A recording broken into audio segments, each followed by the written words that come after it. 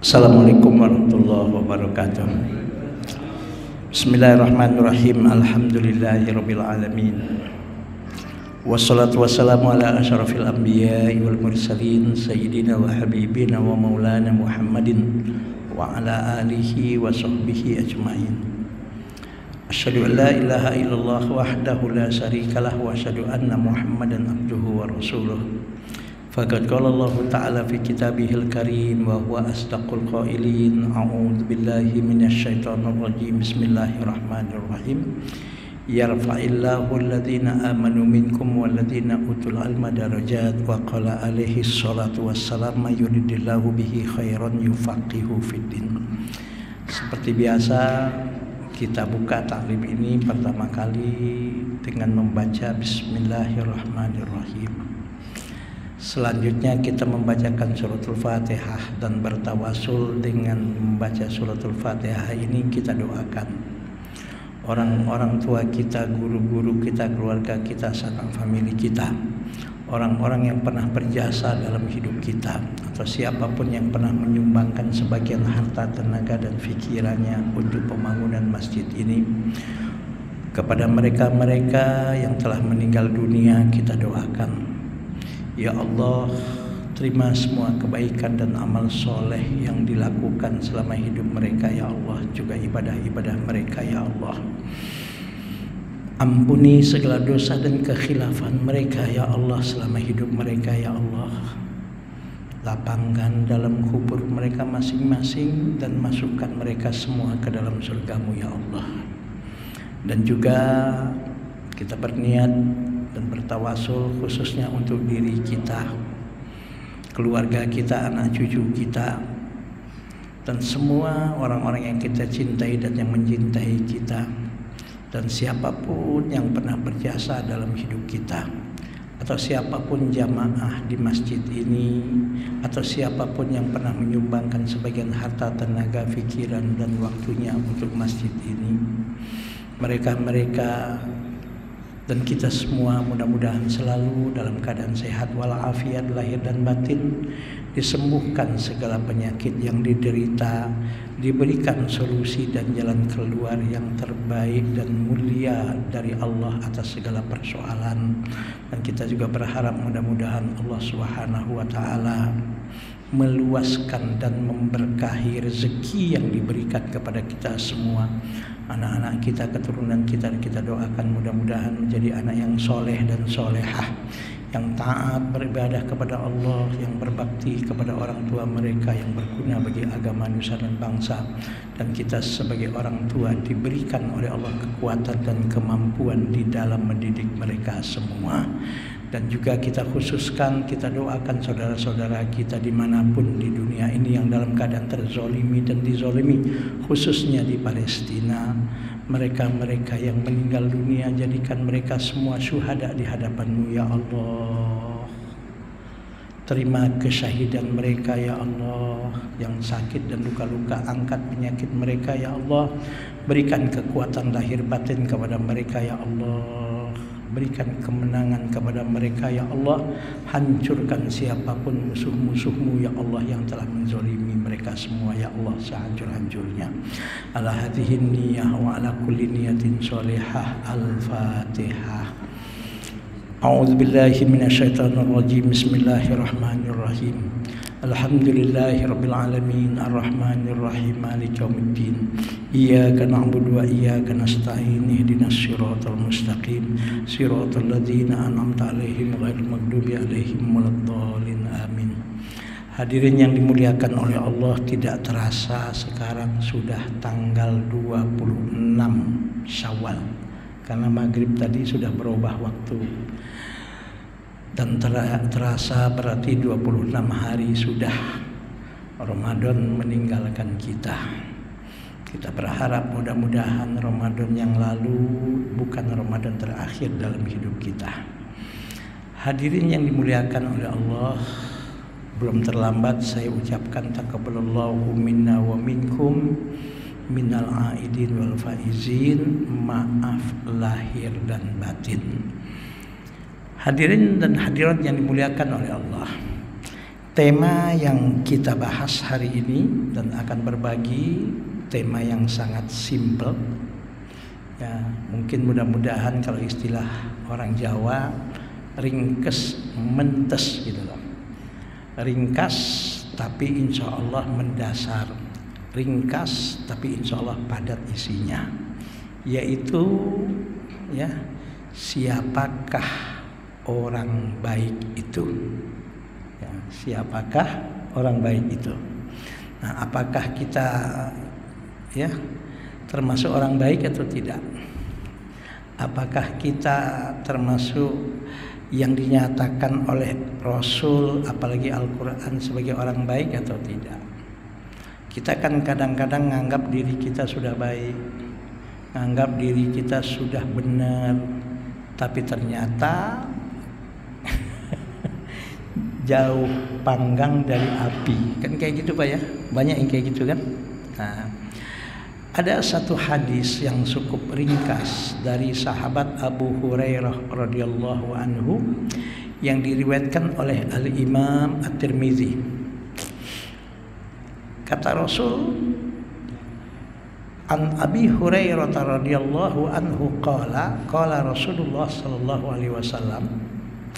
Dari Abu Hurairah radhiyallahu anhu yang namanya adalah Abdurrahman bin Sakhr. Dan Abu Hurairah ini salah satu sahabat yang banyak menghabiskan waktunya berkhidmah kepada Rasulullah sallallahu alaihi wasallam.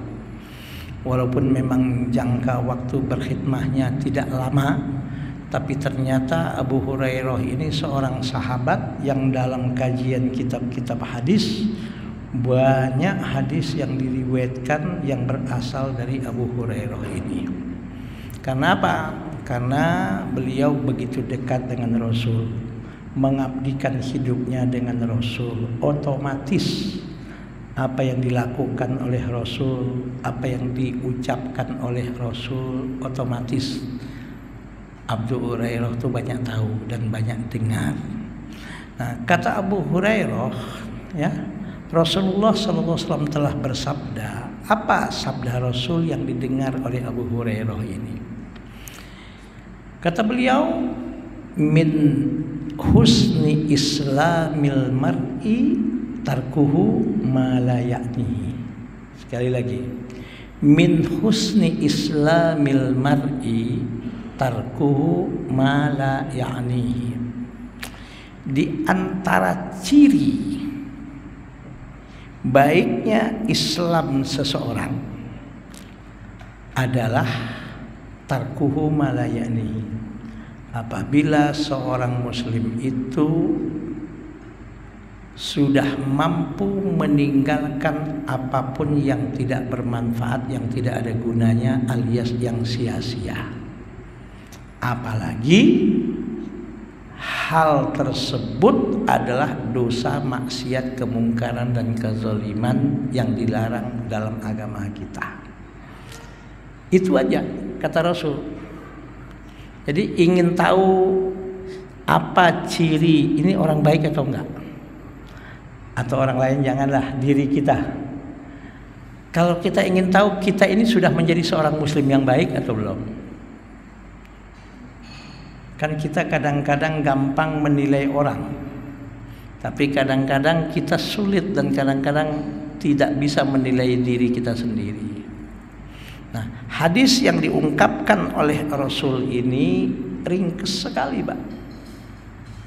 Sampai kata Rasul tadi, bin husni islamil mar'i tarkuhu ma la ya'ni.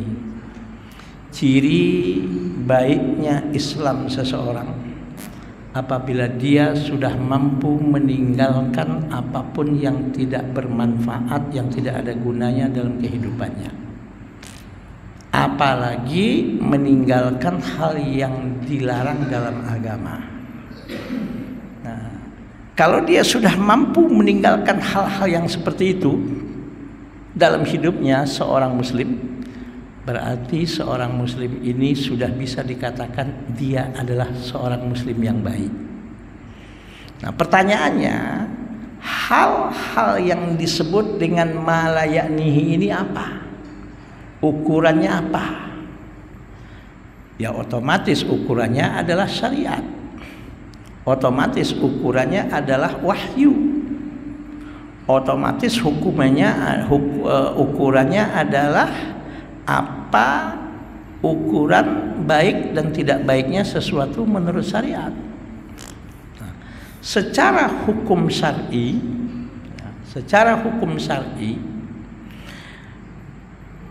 sesuatu yang tidak baik menurut syariat itu adalah sesuatu yang tidak baik menurut syariat itu adalah sesuatu yang secara hukum syar'i hukumnya adalah haram, bahkan sesuatu yang makruh pun hakikatnya adalah sesuatu yang tidak baik, yang negatif menurut ukuran syariat.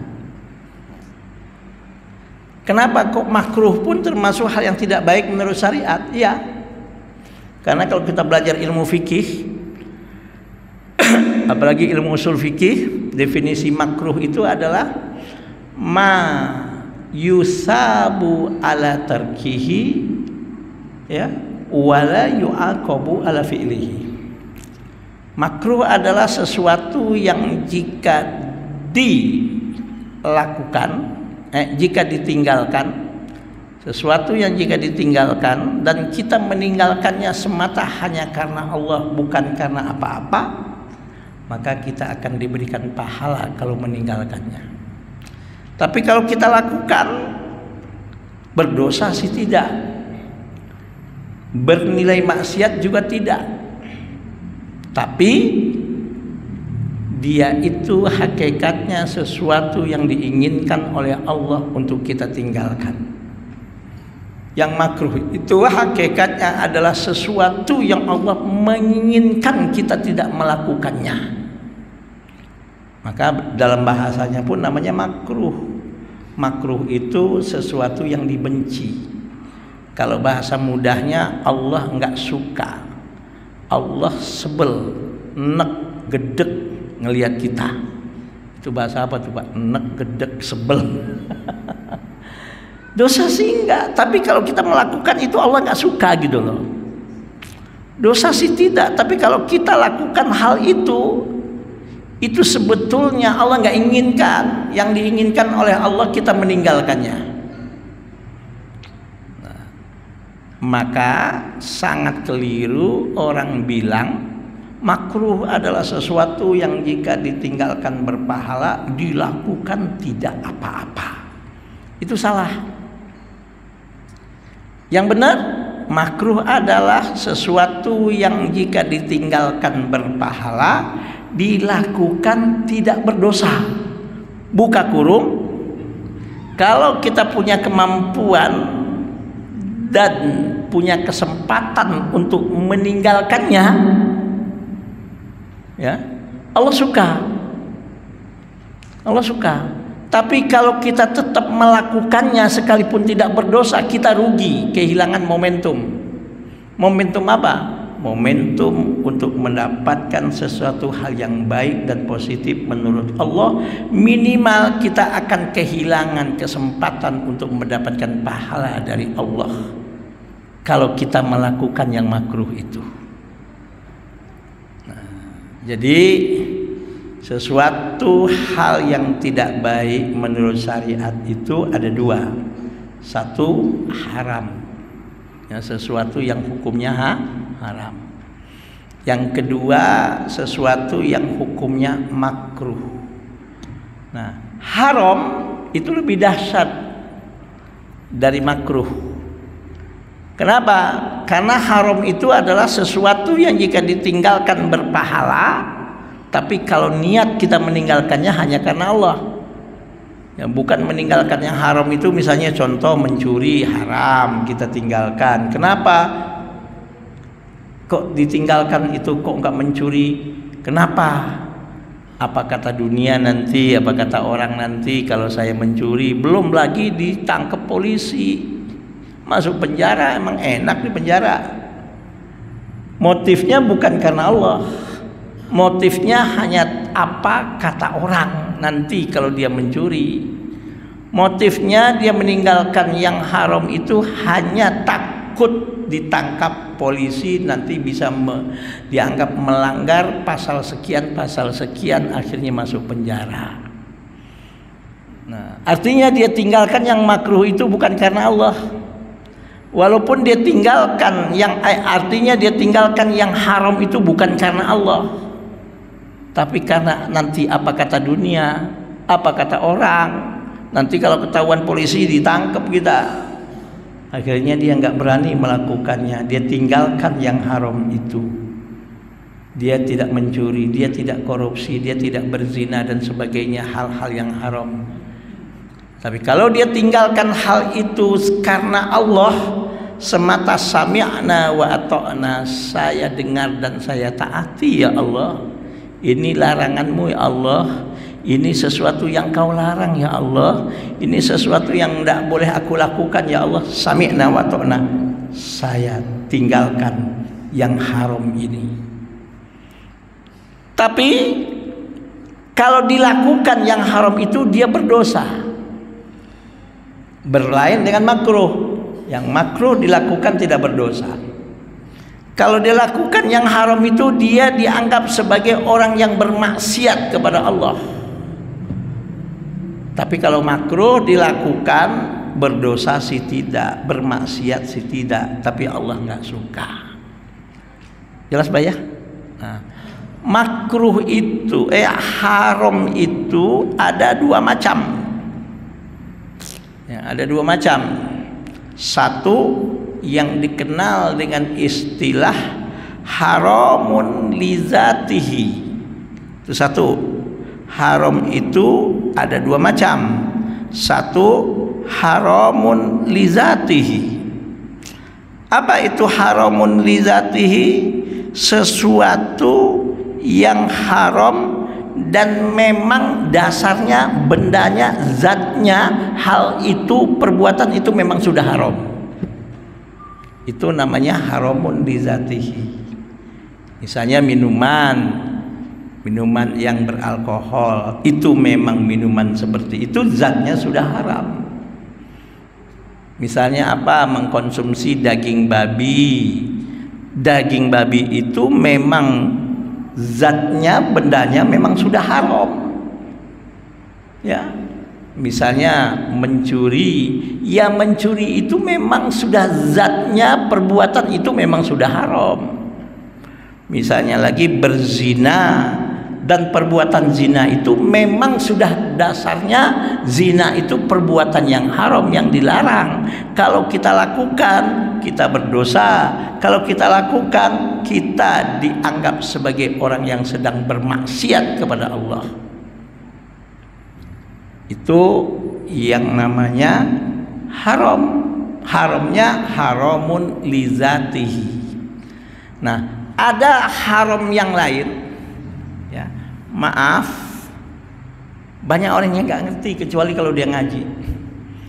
Banyak orang nggak ngerti haram yang ini kecuali dia belajar, Pak. Haram apa? Haram yang disebut dengan istilah fikih haramun li ghairihi. Nah, kalau saat tadi haramun li zatihi, kalau ini haramun li ghairihi. Apa itu haramun li ghairihi? Haramun li ghairihi adalah sesuatu yang sebenarnya pada dasarnya dia bukan benda haram. Dia bukan perbuatan yang haram. Dia bukan sesuatu yang dilarang. Contoh misalnya air teh manis ini misalnya. Ini halal. Ini tidak haram. Benda yang insya Allah thayyib, ya, secara fisik, secara kasat mata. Tapi ada sesuatu yang bersifat eksternal, yang hukumnya haram, sudah menyatu ke benda ini, yang nggak bisa dipisahkan dan tidak bisa dikeluarkan. Contoh yang diminum, ya, teh manis, benda yang halal, tapi teh ini didapat dengan cara mencuri, gitu loh Pak. Atau teh ini dibeli dengan uang hasil perbuatan yang haram. Oke Pak. Dia beli kendaraan, beli motor, benda yang halal, tapi uang yang digunakan untuk beli kendaraan, beli mobil dan beli motornya adalah uang hasil perbuatan haram. Uang hasil nipu, uang hasil korupsi, uang hasil mencuri, uang hasil perbuatan dan bisnis haram. Walaupun yang diminum teh manis, walaupun secara kasat mata yang diminum air mineral, tapi cara mendapatkan teh manisnya, mendapatkan air mineralnya dengan cara yang haram, yang dilarang, atau cara mendapatkan tehnya dan air mineralnya dibeli dengan uang hasil perbuatan yang haram, maka walaupun secara kasat mata teh manis ini halal, tapi karena dia didapatkan dengan cara yang haram atau dibeli dari uang hasil perbuatan haram, maka teh ini pun jadi haram. Jelas Pak? Haram ini namanya haramun li ghairihi. Dan ini semua kitab-kitab usul fikih, semua kitab usul fikih yang saya baca, yang saya pelajari, ya dengan segala keterbatasan informasi dan ilmu yang saya dapatkan untuk saat ini, ya semua ulama fikih dan usul fikih mengatakan haramun li ghairihi dengan haramun li zatihi itu di sisi Allah nggak ada bedanya, sama-sama perbuatan yang haram, sama-sama sesuatu yang dilarang, sama-sama kalau kita ngeyel kita tetap melakukannya, kita berdosa dan kita dikatakan bermaksiat kepada Allah. Jelas ya Pak ya? Jadi haram itu ada berapa macam Pak? Dua. Satu haramun lizatihi, yang kedua haramun li ghairihi. Antara haramun lizatihi dengan li ghairihi sama-sama sesuatu yang dilarang dan diharamkan. Hanya bedanya kalau haramun lizatihi adalah sesuatu yang memang pada dasarnya adalah haram, tapi haramun li ghairihi pada dasarnya kasat mata dia benda yang halal atau sesuatu yang halal, tapi ada sesuatu yang bersifat eksternal yang haram, yang dilarang, yang sudah menyatu dari benda itu, dari perbuatan itu atau dari sesuatu itu yang tidak bisa dipisahkan. Jelas Pak ya? Nah, ukuran baik dan tidak baiknya Islam seseorang apabila orang itu ya dalam segala aspek perbuatannya, dalam segala apapun yang keluar dari lidahnya, bahkan boleh jadi ide-ide dan pemikirannya, ya kalau dia sudah mampu meninggalkan hal-hal yang haram tadi, bahkan hal-hal yang makruh tadi pun sudah dia mampu tinggalkan dalam hidupnya. Kenapa kok baik dan buruknya, ukuran baik dan buruknya Islam seseorang secara hukum syar'i adalah sejauh mana orang itu sudah mampu meninggalkan yang haram, bahkan ya haramun li zatihi ataupun haram li ghairihi. Apa sebabnya? Sebab Pak, antara yang haram dengan yang makruh itu punya titik temu dan persamaan, ada benang merahnya antara yang haram dengan yang makruh, ada titik temunya. Nah, secara metodologi hukum syar'i dalam bab masalah al-hukmu syar'i, salah satu titik temu antara yang haram dan yang makruh adalah sesuatu yang sama-sama dilarang oleh Allah untuk dilakukan, dan Allah menginginkan kita sebagai makhluknya meninggalkannya. Itu titik temunya. Walaupun perbedaannya, kalau yang haram, kalau kita tetap ngeyel, kita lakukan, maka kita dianggap dosa dan bermaksiat. Tapi kalau yang makruh, ya, bermaksiat sih tidak, dosa sih tidak, tapi Allah benci kalau kita melakukannya, gitu loh. Oke, Pak? Di situ walaupun ada perbedaan antara haram dan makruh, tetapi antara haram dan makruh sama-sama sesuatu yang Allah ingin kita meninggalkannya. Hanya bedanya, kalau yang haram itu sesuatu yang mutlak secara pasti harus kita tinggalkan. Kalau yang makruh sesuatu yang Allah inginkan dan Allah suka dan Allah senang kalau kita meninggalkannya. Kalau kita meninggalkan yang makruh itu. Jelas, Pak? Tapi sama-sama antara yang haram dan makruh sama-sama sesuatu yang Allah inginkan kita meninggalkannya. Itu satu. Pertanyaannya, kenapa kok yang makruh pun sesuatu yang Allah inginkan kita meninggalkannya? Sebab segala apapun yang diinginkan oleh Allah dari makhluknya untuk ditinggalkan, itu adalah pasti sesuatu yang negatif menurut Allah untuk kita. Ya, pasti sesuatu yang negatif menurut Allah untuk kita kalau kita tetap ngeyel. Apalagi yang haram. Gak usah jauh-jauh lah. Kenapa Allah mengharamkan perbuatan riba, Pak? Ayo contohnya, kenapa Allah mengharamkan perbuatan riba? Transaksi ribawi. Apa diantaranya? Kenapa Allah haramkan perbuatan riba? Karena perbuatan riba itu disadari nggak disadari, itu adalah transaksi yang akhirnya membuat orang, apalagi yang punya modal yang meminjamkan dengan cara riba itu, Pak, disadari nggak disadari, dia akan menjadi manusia yang sadis dan kejam.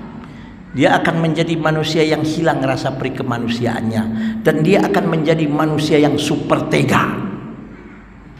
Betul nggak, Pak?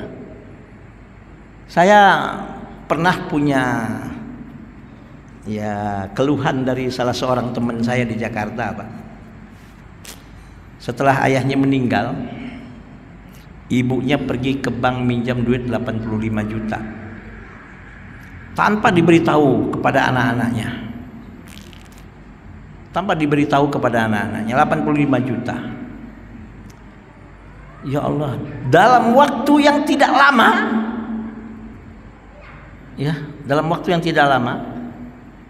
itu uang bukan tinggal 85 juta, Pak. Hampir 600 juta tuh duit itu. Gimana ceritanya? Berkembang berbunga hampir 600 juta. Dan jaminan dia meminjam uang 85 juta itu surat tanah rumahnya. Saya nggak ngerti itu, dia juga nggak ngerti, anak-anaknya nggak ngerti. Tahu-taunya datang debt collector, sudah memberikan ancaman. Dalam sebulan tidak dilunasi, di Jakarta, Pak, rumahnya, Pak. Saya pernah ke rumahnya. Strategis, tidak jauh dari jalan Es Parman. Tidak jauh, mobil masuk. Datang ancaman surat. Kalau dalam waktu sekian tidak dilunasi, rumah ini saya sita.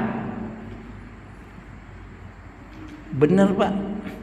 Dari mana dia ngebayar sekian dalam waktu yang sekian cepat itu?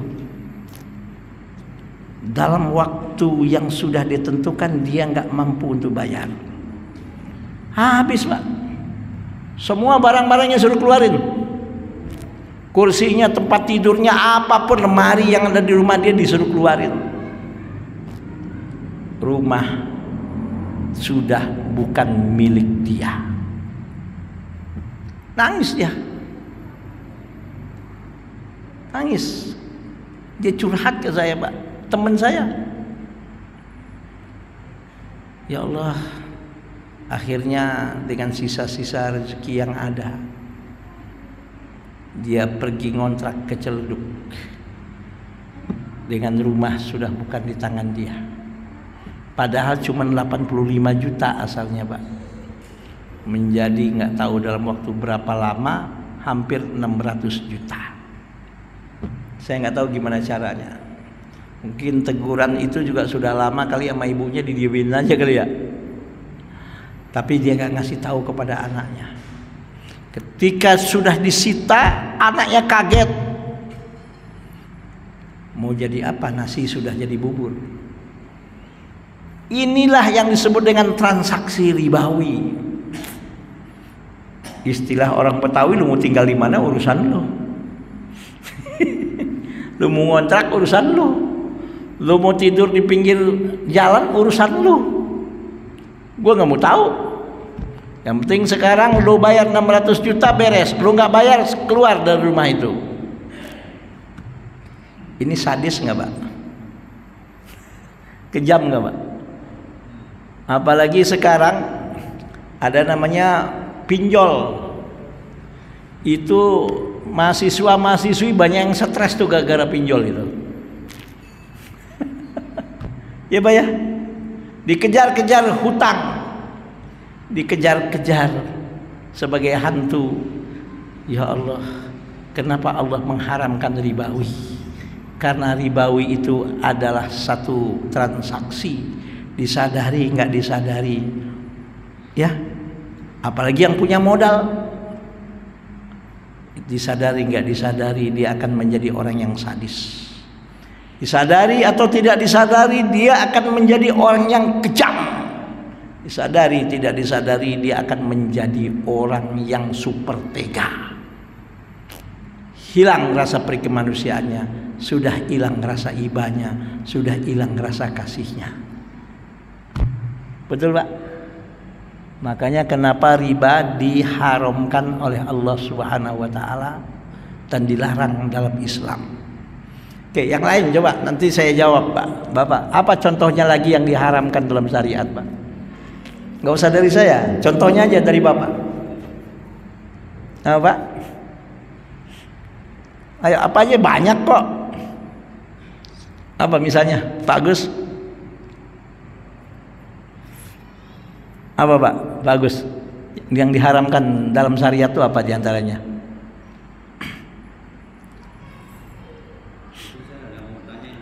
Ya apa contohnya?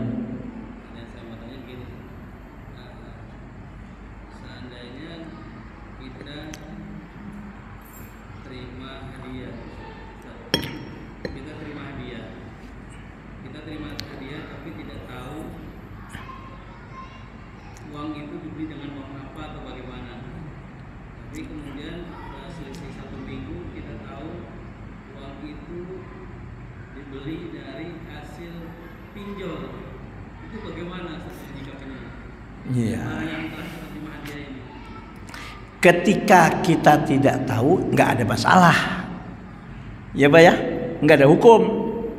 Tapi ketika kita sudah tahu, jadi masalah. Nah, gimana? Ya dikembalikan. Gimana? Ya jangan diterima. Ya gimana? Ya sudah, jangan utak-atik lagi hal yang itu, Pak. Tapi ketika kita tidak tahu, kita nggak ada masalah. Yang namanya nggak tahu ya Pak ya. Jelas? Oke Pak Yudori. Oke Pak, jelas Pak ya. Oke. Apa misalnya yang diharamkan Pak Yudori? Jangan saya yang ngomong. Contohnya, apa? Apa? Pencucian uang. Money laundry. Ya itu kan namanya nipu. nggak Pak? Itu kan namanya sudah nggak jujur kan Pak?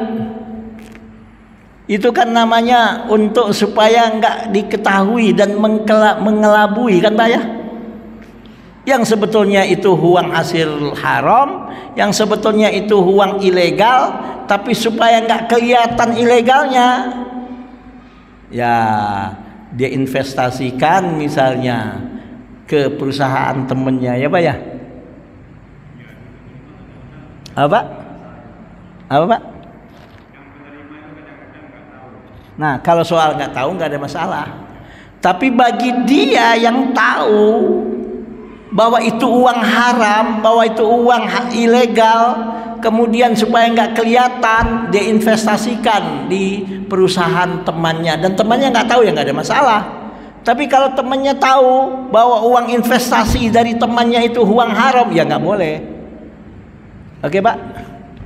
Kan namanya itu menipu, itu mengelabui, itu berbohong, dan itu berdusta, supaya tidak ketahuan perbuatan haramnya. Seandainya kalau istilah sekarang, ketika dicari, ketika dilihat, ketika diselidiki, dia nggak ada barang sama saya, padahal uangnya sudah ada di tempat yang lain. Kan gitu loh Pak ya? Itu kan contoh money laundry ya Pak ya? Berarti orang-orang yang mengelabui, yang berbohong ini juga, maaf, lama kelamaan sudah menjadi watak dia berbohong, itu hal yang biasa. Lama kelamaan dia hilang rasa perikemanusiaannya, betul nggak Pak? Lama kelamaan hilang rasa kasih sayangnya sudah. Lama kelamaan, maaf, dia sudah nggak merasa bersalah, padahal dia sedang melakukan hal yang dosa atau yang dilarang. Jadi nggak ada perbuatan yang dilarang itu adalah perbuatan yang positif, nggak ada. Oke Pak? Oke Pak Yudori, yang lain Pak Yudori? Cukup? Nah, satu lagi titik temu antara yang haram dengan yang makruh apa? Karena haram dan makruh sama-sama sesuatu yang diinginkan oleh Allah, kita meninggalkannya. Sekalipun yang haram mutlak harus tinggalkan. Kalau Anda tetap ngeyel melakukan, Anda dianggap bermaksiat, Anda dianggap berdosa.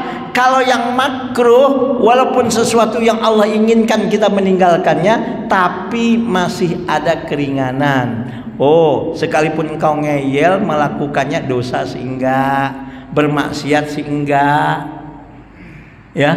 Tapi satu tadi, kita kehilangan momentum mendapatkan kebaikan dari Allah kalau kita tinggalkan.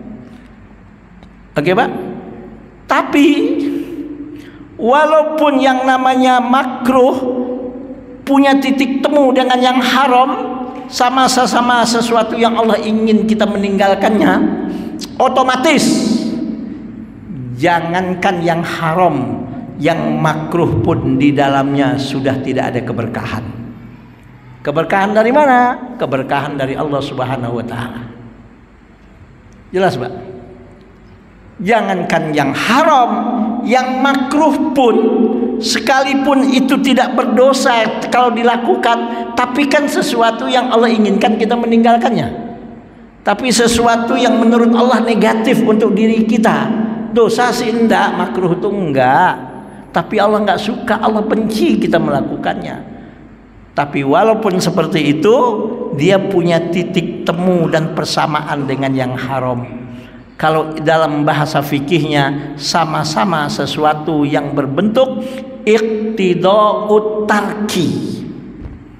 Apa itu iqtida'ut tarki? Sesuatu yang diinginkan oleh Allah kepada kita sebagai makhluknya untuk kita tinggalkan.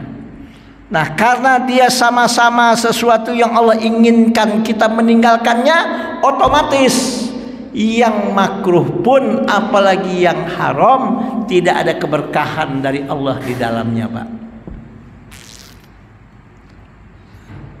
Saya baca penjelasan tentang keberkahan dari penjelasan-penjelasan ulama yang pernah saya sampaikan. Minimal ada 3 tanda sesuatu itu diberkahi atau enggak oleh Allah. Minimal ada 3 ciri harta kita ini diberkahi oleh Allah apa enggak. Minimal ada 3 ciri jabatan yang ada pada saya ini diberkahi oleh Allah atau enggak. Jadi otomatis juga minimal ada 3 ciri, ya, ciri sesuatu yang sudah dicabut oleh Allah keberkahannya. Nah, ciri yang pertama apa? Ya, harta yang dicabut oleh Allah keberkahannya, harta yang dicabut oleh Allah keberkahannya. Ciri yang pertama apa? Ciri yang pertamanya berlimpah bagaimanapun harta tersebut, banyak bagaimanapun harta tersebut, jabatan yang tidak diberkahi oleh Allah, tinggi dan strategis bagaimanapun jabatan tersebut, karena didapat dengan cara yang tidak sah, dengan cara curang, dengan cara zolim. Banyak nggak sekarang orang dapat jabatan dengan cara curang, Pak? Dengan cara menzolimi orang, banyak nggak? Sudah pada muka tembok semua sekarang orang banyak udah, Pak. Karena ada istilah dalam kehidupan masyarakat sekarang ini mengerikan, Pak. Apa dia bilang? Jangankan yang halal, yang haram aja susah. Hari gini, ya, jangankan yang halal, yang haram aja susah.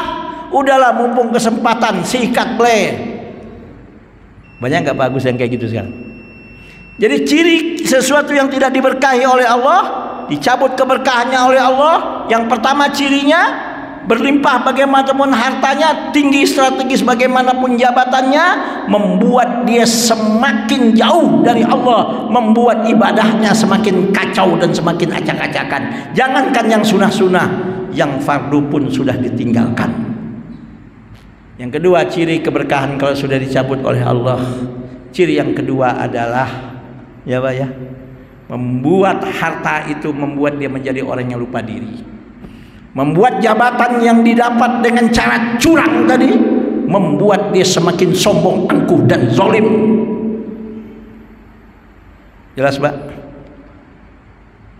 Ilmu yang tidak diberkahi oleh Allah membuat kesombongan bagi orang tersebut.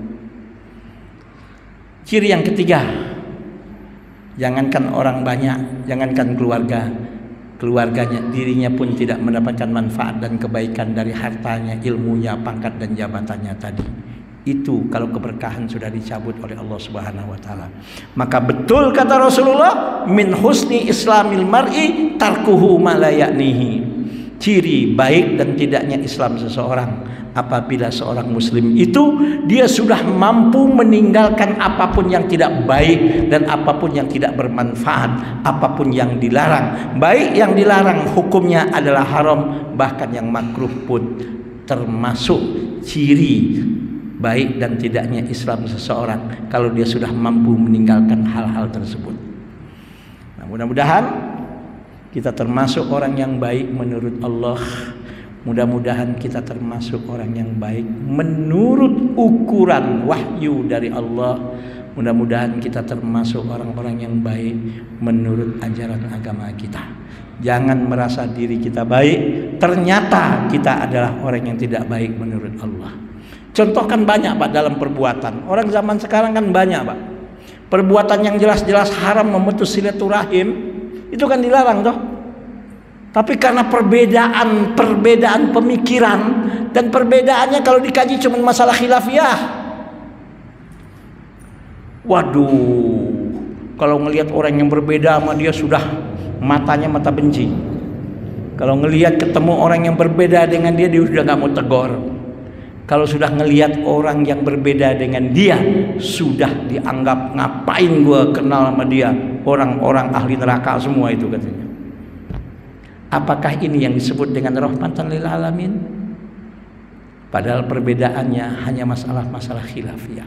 Dan banyak pemikiran-pemikiran yang seperti ini yang sekarang dikembangkan kepada masyarakat. Akhirnya maaf, jangankan keberkahan, yang terjadi adalah akhirnya kehancuran. Karena keberkahan dicabut oleh Allah Subhanahu wa ta'ala. Cukup ya Pak ya? Mudah-mudahan apa yang kita bahas menjadi ilmu yang bermanfaat, dan mudah-mudahan kita ini mampu menjadi orang yang baik menurut Allah, mampu menjadi orang yang baik menurut Rasulullah, mampu menjadi orang yang baik menurut syariat. Maaf lahir dan batin. Subhanakallahumma wa bihamdika asyhadu an la ilaha illa anta astaghfiruka wa atubu ilaik. Ada sedikit informasi ya, Pondok Pesantren Nurul Ilmi ya, insya Allah sampai saat ini insya Allah masih menerima pendaftaran santri baru untuk tingkat sanawiyah dan aliyah. Ada beberapa orang yang sudah jadi alumni di sini ya, di Chandra Roka ada anaknya Pak Saifuddin itu sudah S1 sekarang kuliah, dulu alumni kita. Ada juga ada beberapa orang, bahkan anaknya Pak Mardaih juga alumni dari saya. Kalau ada anaknya, cucunya, keponakannya, keluarganya yang mau masuk pondok pesantren tingkat sanawiyah atau aliyah, silahkan, kami masih membuka pendaftaran. Saya bawa brosur, kalau ada yang mau silahkan nanti ya setelah ini. Wallahul muwaffiq ila aqwamit thoriq. Assalamualaikum warahmatullahi wabarakatuh.